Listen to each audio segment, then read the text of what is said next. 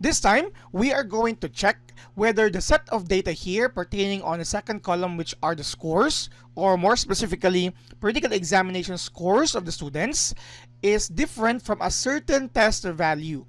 Here, we are going to either use one sample t-test because we have one group of information or data, or its equivalent non-parametric test.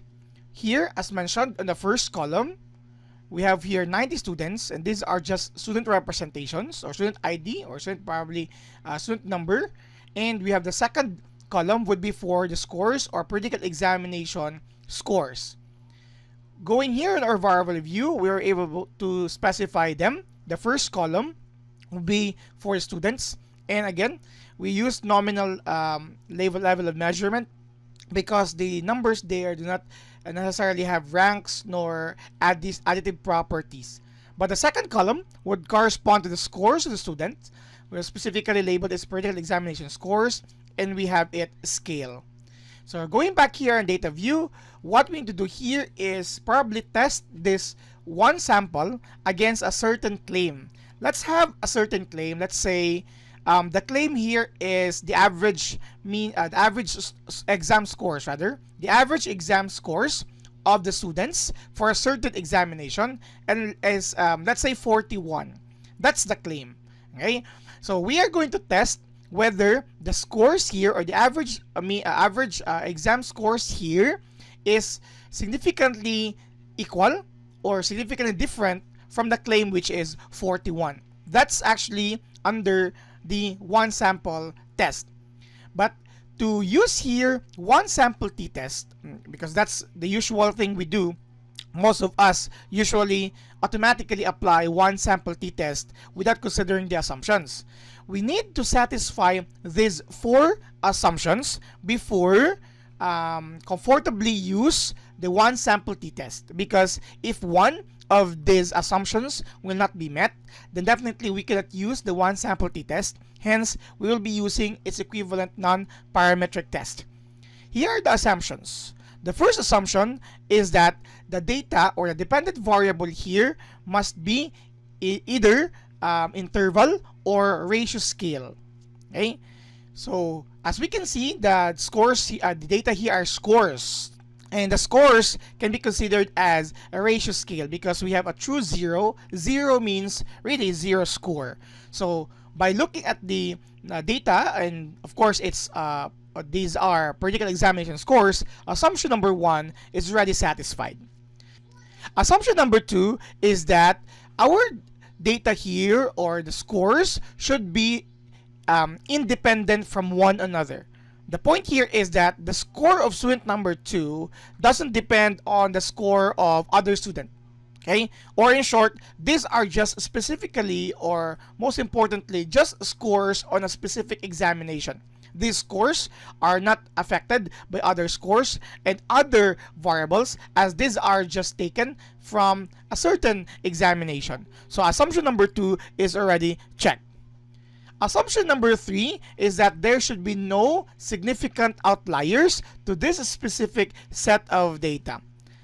The outliers means there are certain observations that are too far from the certain group.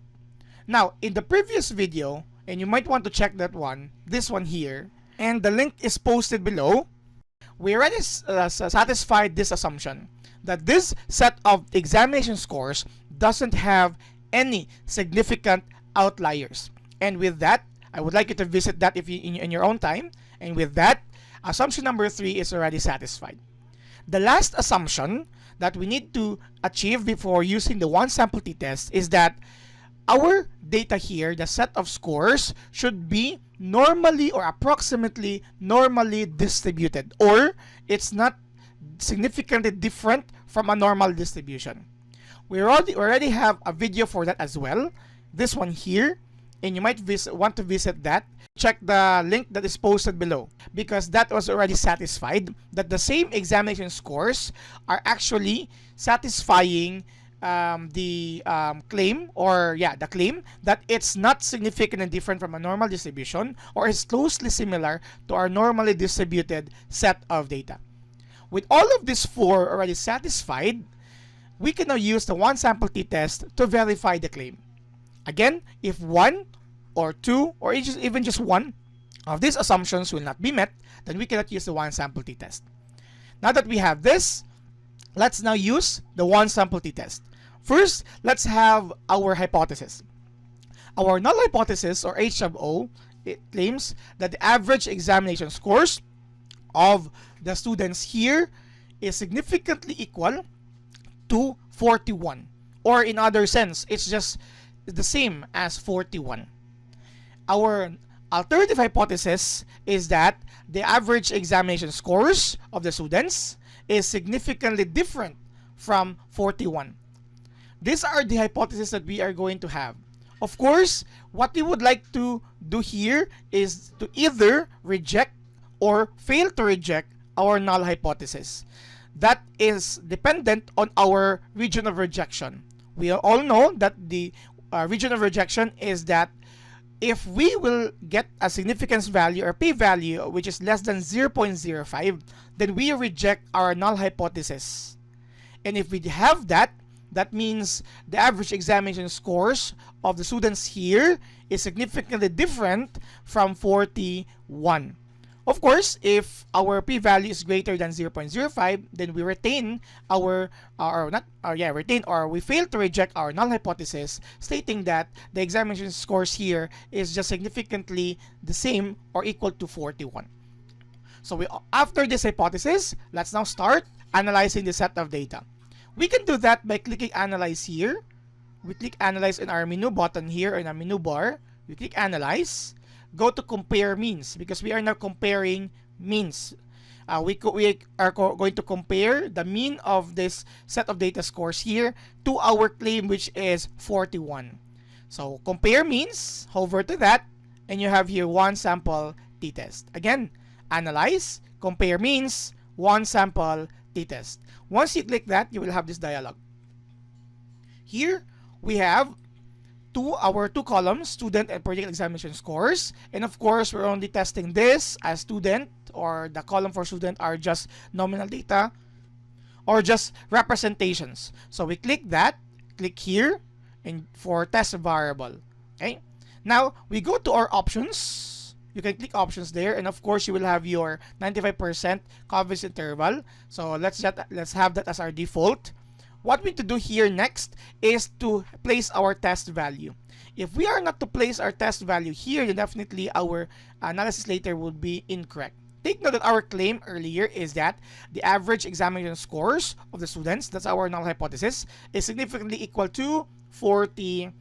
So that's our test value. This one sample t-test is oftentimes used to compare a certain, say for example, students who are testing the quality of a certain tap water, and you're going to test the measured, let's say, pH and other variables against a standard. So that's your standard. In this case, our standard is our claim earlier, the test value 41. Once you place your test value, you just simply click OK, and you will have these results. So we only have two values here, or two tables rather. The first table is just for your summary. You will have your descriptive statistics here for your practical examination scores. You have 90 students. This is your mean, 39.7. Take note that our claim earlier is that we have 41. So obviously 39.7 is different from 41. So is it enough for us to say that we reject our null hypothesis because it's different from 41? That is the reason why we are testing it, because the difference might not be significant. So again, this is our mean. This is different from 41, which is the standard or the claim. This is our standard deviation and standard error. That's for your descriptive statistics here. Now let's proceed to our one sample test here. So this is our t-value because of course, if you're going to use the manual form, you will be using the t-value, and you will have your t-table to check for the region of rejection. df, as we all know, that's n-1, so 89. I would like you to proceed here. This is our significance value. We have 0.229 or 229 or 0.229 in this case. This is actually greater than 0.05. And if it is greater than 0.05, we fail to reject our null hypothesis, because we are to reject our null hypothesis if the test value or our p-value or significance value is less than 0.05.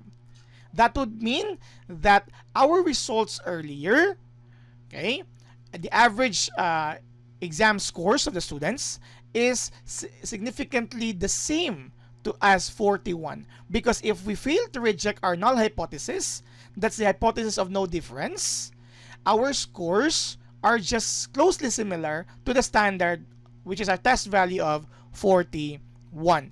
Going back here, earlier, our null hypothesis tells us that it's significantly the same or equal to 41, and even if our data earlier in our descriptive statistics, our mean is 39.7, even if it's different from 41, it's not significantly different from 41.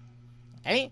So that is how we apply one sample t-test to test the significance or the difference, or yes, the significant difference between the mean of the scores here against a certain test value. Of course, if you would like to change your test value, you can go back here, let's say descriptive statistics, compare means, one sample t-test, and let's say, just for the purpose of discussion, let's say 45. That's your mean, because that's the claim of probably your school, that the mean score of students for this second particular examination or fourth particular examination or math long exam is 45. That's the claim. So changing all the hypothesis to 45, okay, just for the purpose of discussion. If you think, okay, here, this is the new result, okay, so that's 39.7 here as still the mean earlier, and you will see our significance here is 0.00. This time, against a test value of 45, you can now say that you are to reject the null hypothesis, and the average mean scores of our data earlier is significantly different from the new test value, which is 45, because this is less than 0.05. Let's have one more, last one more, okay?